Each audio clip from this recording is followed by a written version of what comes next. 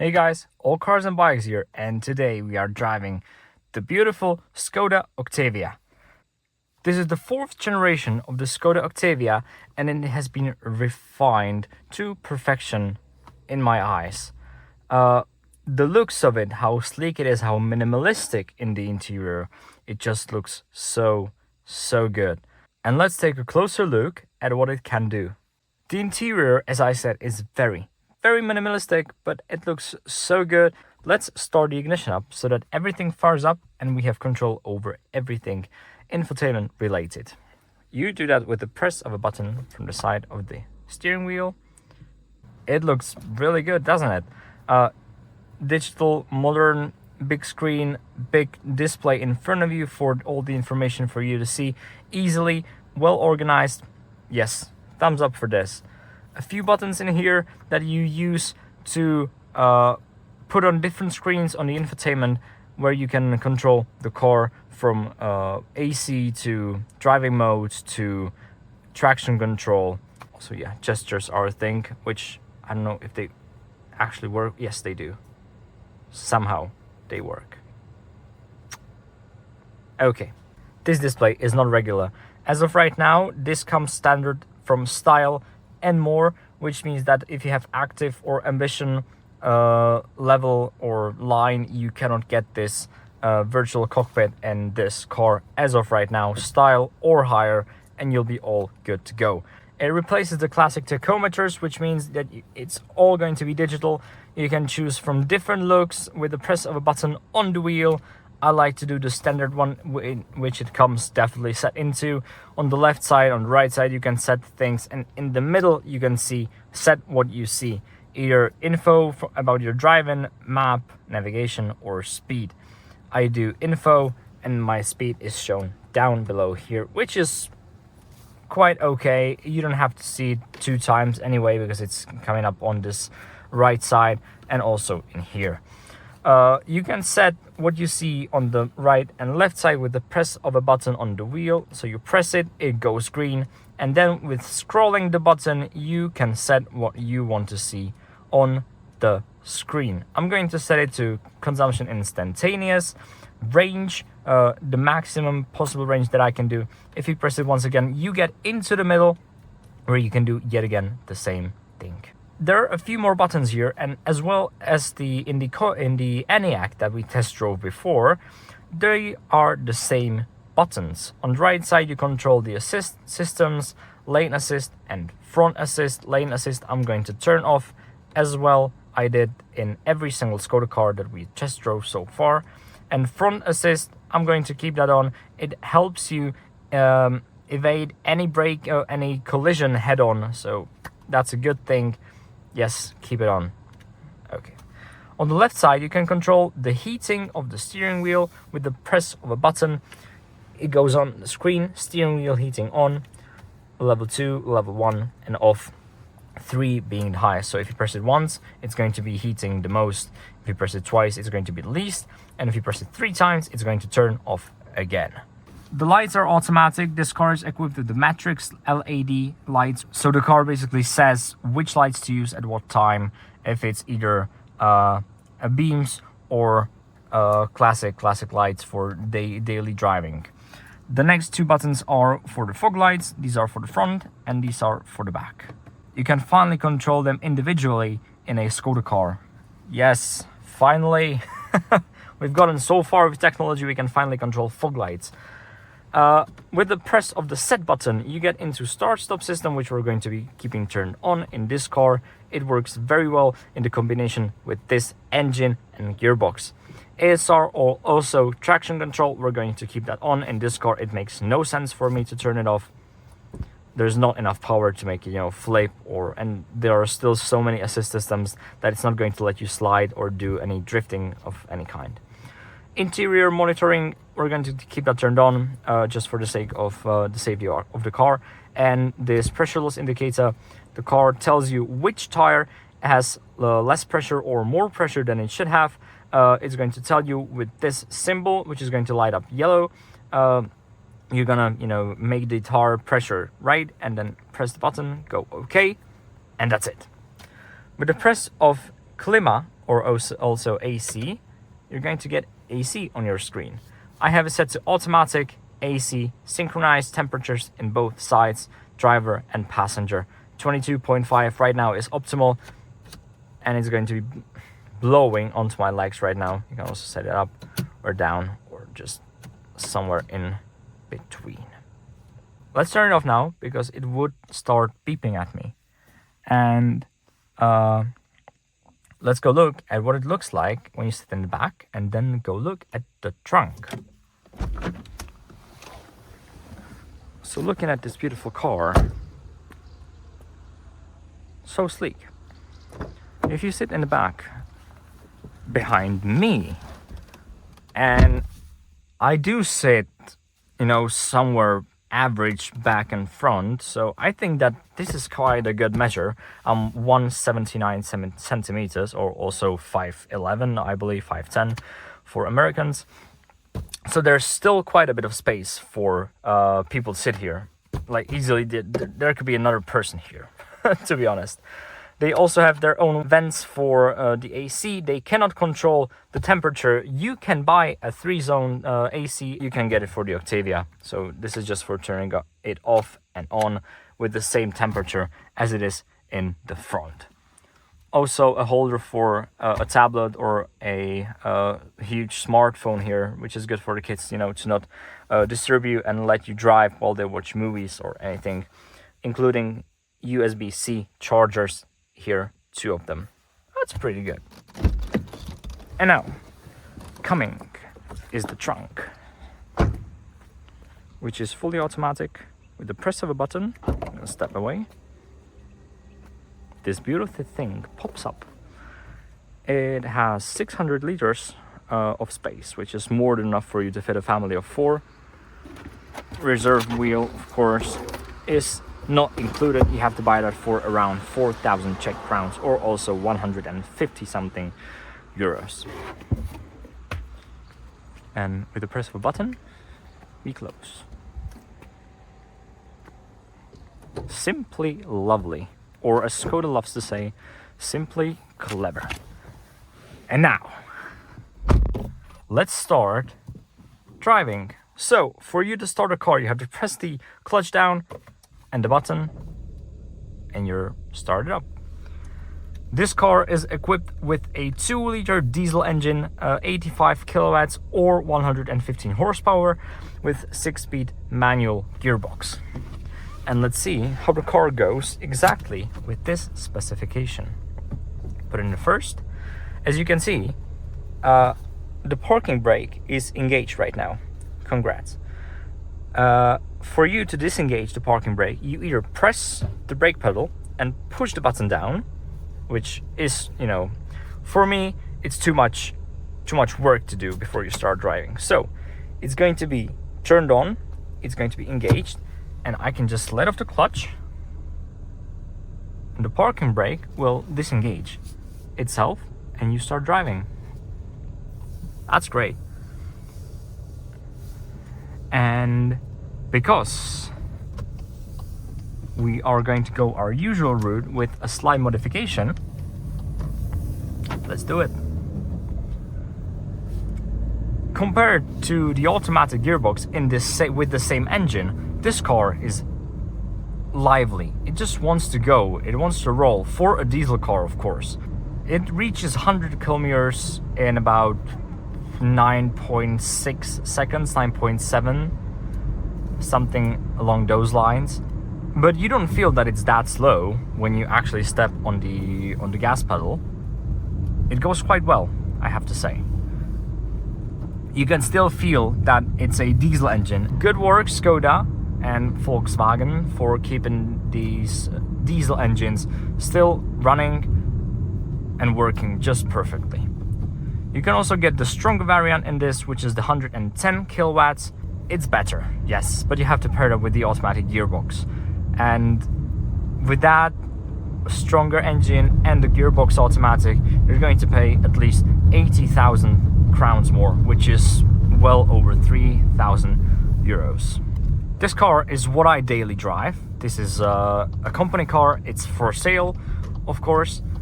Right now it is around 9,000 kilometers and there has been no issue with it at all, except the slow infotainment, which, yes, is present on all cars equipped with this infotainment, which is the 10-inch Columbus paired with navigation.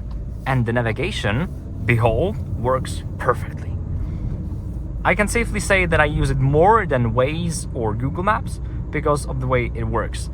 For me, it's better organized, you can see things or small roads better, and when I go through a town because of a traffic jam or anything, like I get off the highway and I go through a town that I've never been to, I always use this map because it tells me precisely, and I can see it easily, which street I have to get through the city without any issues. If I were to buy this car myself, which I would, starting off, I would definitely go for the stronger diesel engine, which is the 150 horsepower, and paired with the automatic gearbox.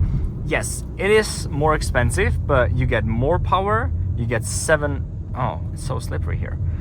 7 gears, faster acceleration, and the same or even better fuel consumption, thanks to the DSG gearbox, which paired with these cars, with diesel cars, actually works a bit better than manual gearbox does, consumption-wise.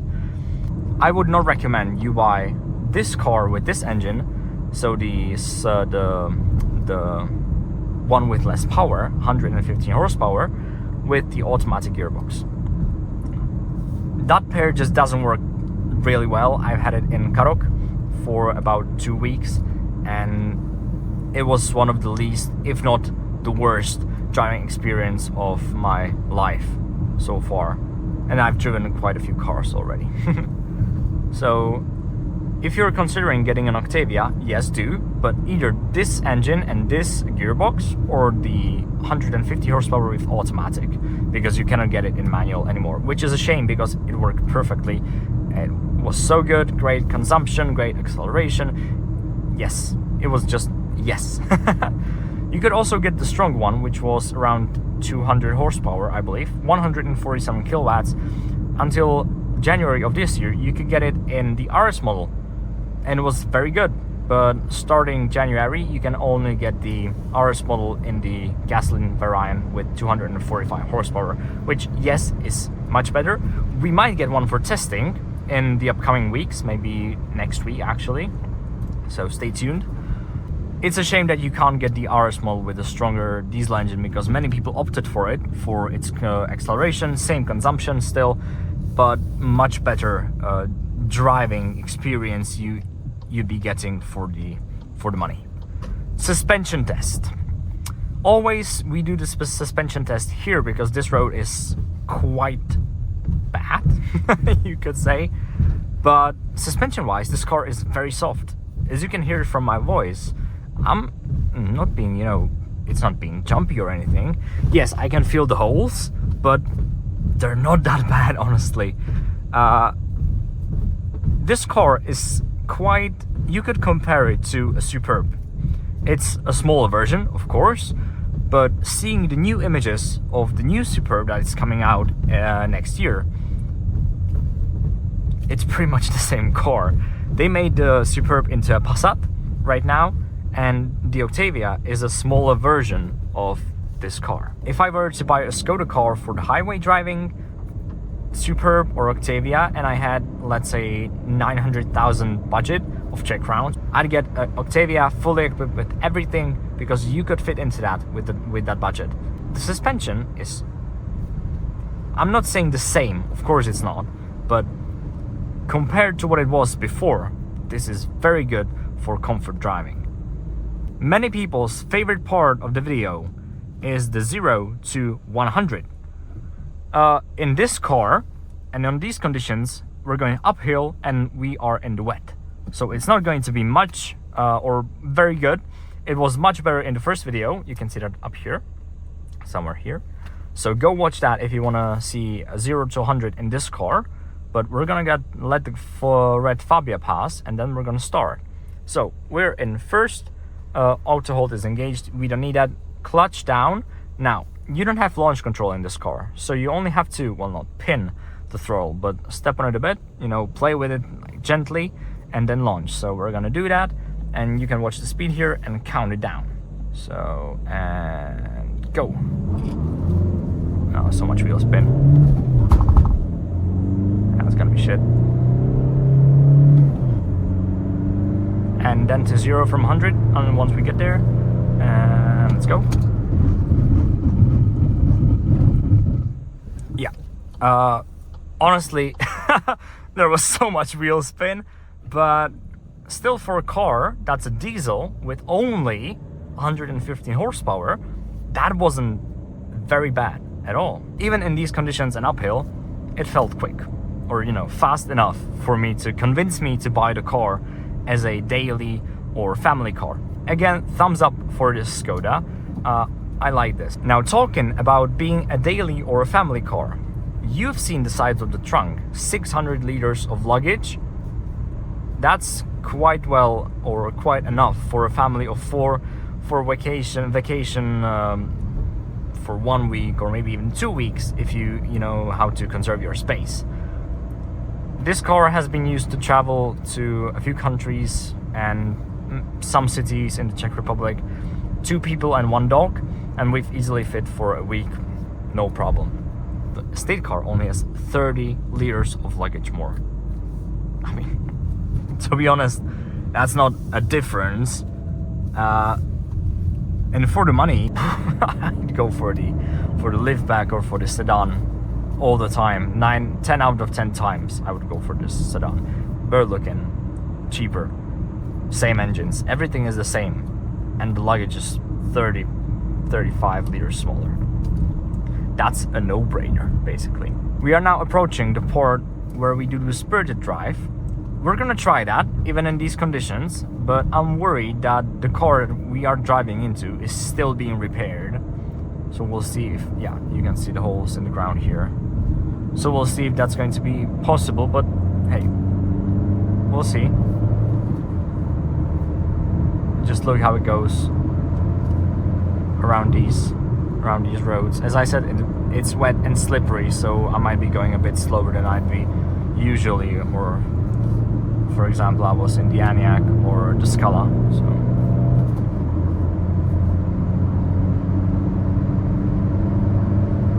Seems like it's been fixed, but let's slow down because right here they were repairing. Okay, it's repaired, nice. Okay.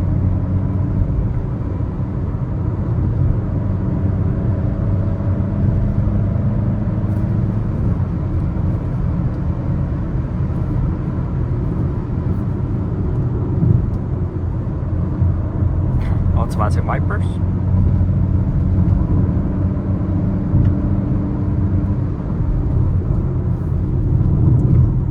This car is not made for sports driving. No, just no, it's not. Don't try to convince me otherwise. I know this. I drove this car for 9.3 thousand kilometers. This exact car.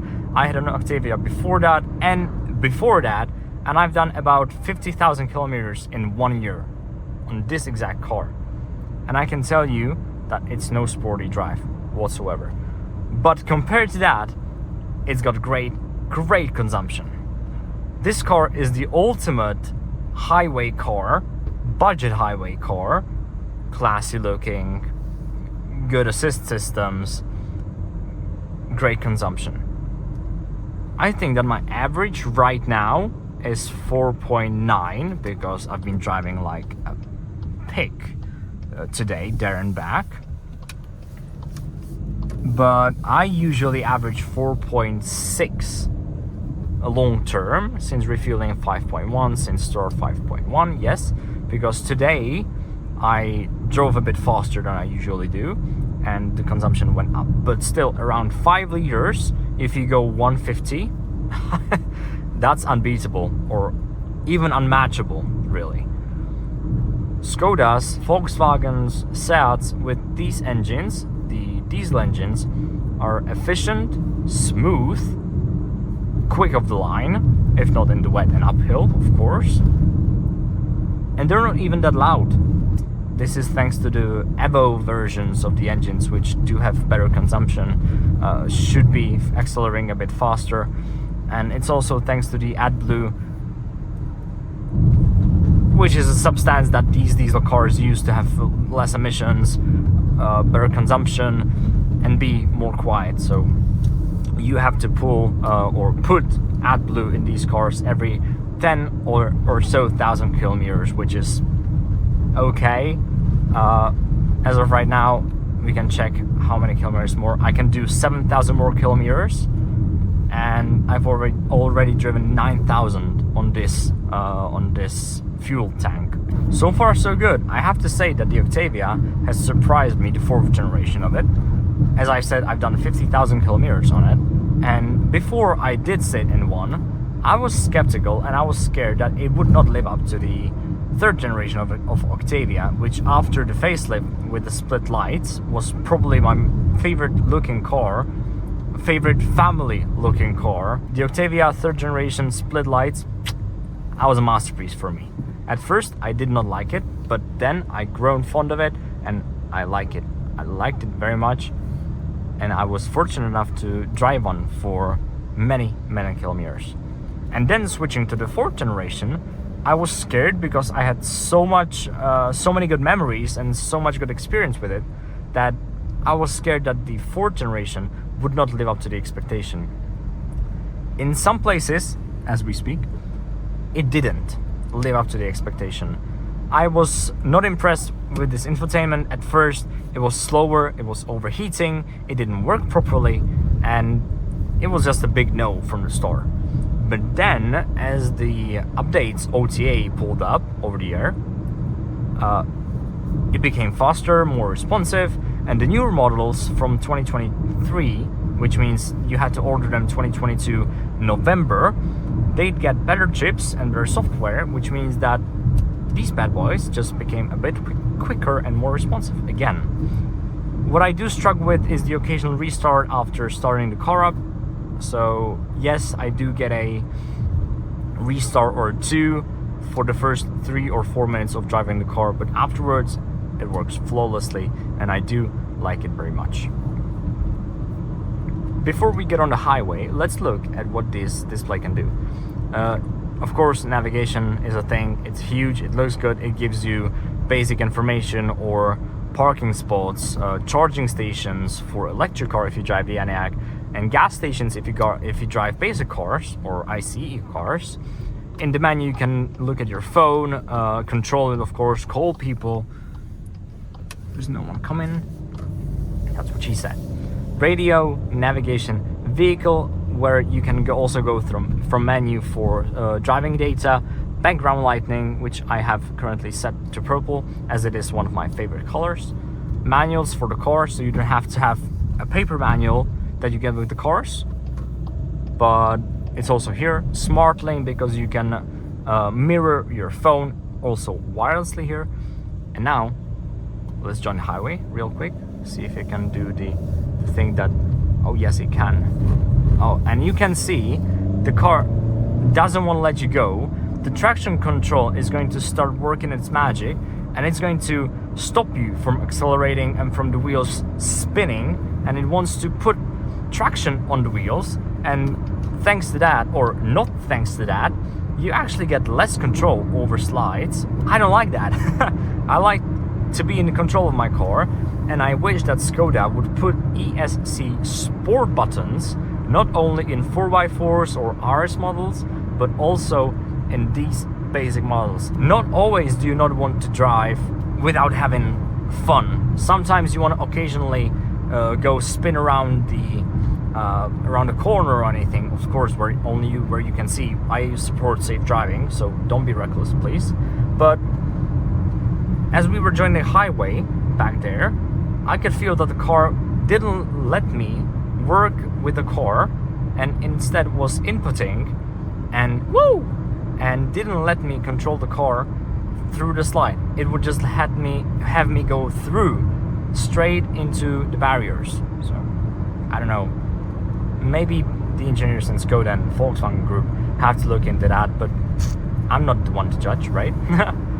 Continuing, you also have the users menu, where you can set the main user of the car, And thanks to mobile application Škoda Connect, which I do have installed in my phone, you can control the car remotely. You can unlock and lock it.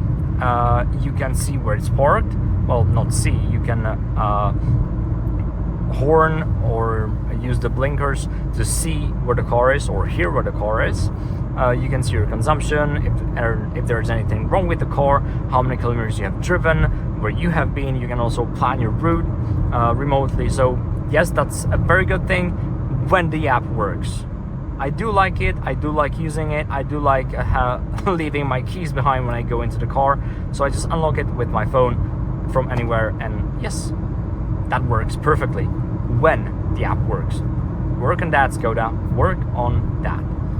The assist systems, which are not only accessible from here, but also from here. Sound, settings, service campaigns, yes, and that's it basically. So back into home, you have two designs here, phone, driving data, and these three are, everything here is modifiable individually.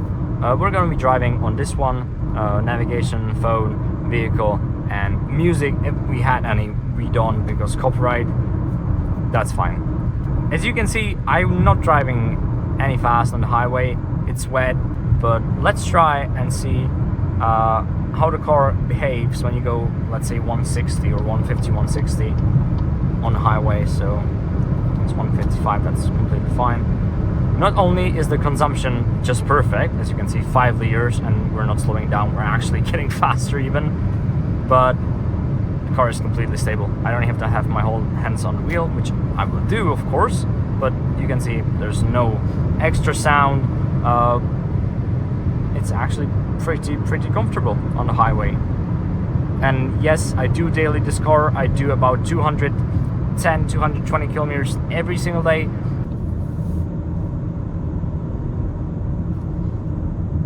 Again, too slippery here. We don't want to cause any trouble. And yeah, there he goes. Yeah.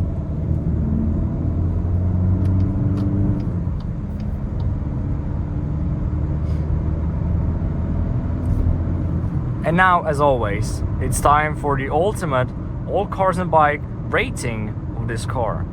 The average consumer who has enough money to buy this car, I tell you, go buy this car if you plan on dailying it, if you plan to drive it, if you want to get a reliable, safe drive with enough power for you to get your family safely anywhere in the world, basically. This car can do it easily. And because of that, and because of how I like driving this car, and yes, I might be a bit biased, just a tiny weeny bit, I'm going to give this car a 90. I think that's quite suitable and quite fair, mostly because of this. Again, as with the ENIAC, the same problem is that there's not enough buttons. You have to control everything over the stupid screen, which, yes, it looks good, it works better than it did before, but it's just not safe. But except that, there's nothing wrong with the car, or nothing wrong especially that I would have to point out. The suspension is good, the powertrains are great in any combinations, except of course the slower diesel engine with the automatic gearbox. Other than that, the car is it's pretty much, I could say, flawless. Of course, it's still, it's still looking cheap inside. There's all these cheap plastics used, but again, if we had a carbon here or anything like that, or Alcantara everywhere, this car would not cost the money it costs right now. Guys, thank you very much for all the support you've been giving me so far, by the way. The video with the Abarth that I've posted before my vacation has gotten about 560 views in, 3 days? That has never happened. Overnight, it basically reached like 200 or 300, and then it's been steadily going up. And I can't thank you enough for what has been happening right now with this channel. And I believe and hope that you will be enjoying my reviews even more. There's more to come, more for me to cover, more cars coming your way and for you to watch. So thank you very much for what you are doing and for giving me the support with the views that you are giving me. Don't forget to like and subscribe these videos.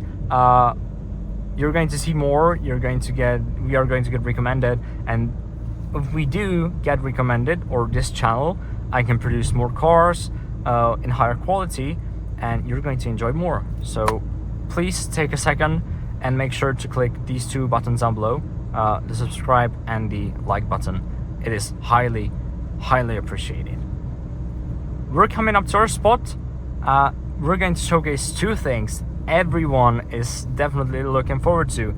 I'm pretty sure that even more than the acceleration test, which in this car or in these conditions wasn't the best, but it's going to be, or it was before. Again, go look at the short video that I've posted of the acceleration. Number one is the camera. It's big, it turns with the wheel, it just works great. So we're gonna back up into our spot where we start. We're also going to end, and we are parked. 3, 2, 1. It beeps, it shows you here. You can also see with the lines here. Now put it into neutral.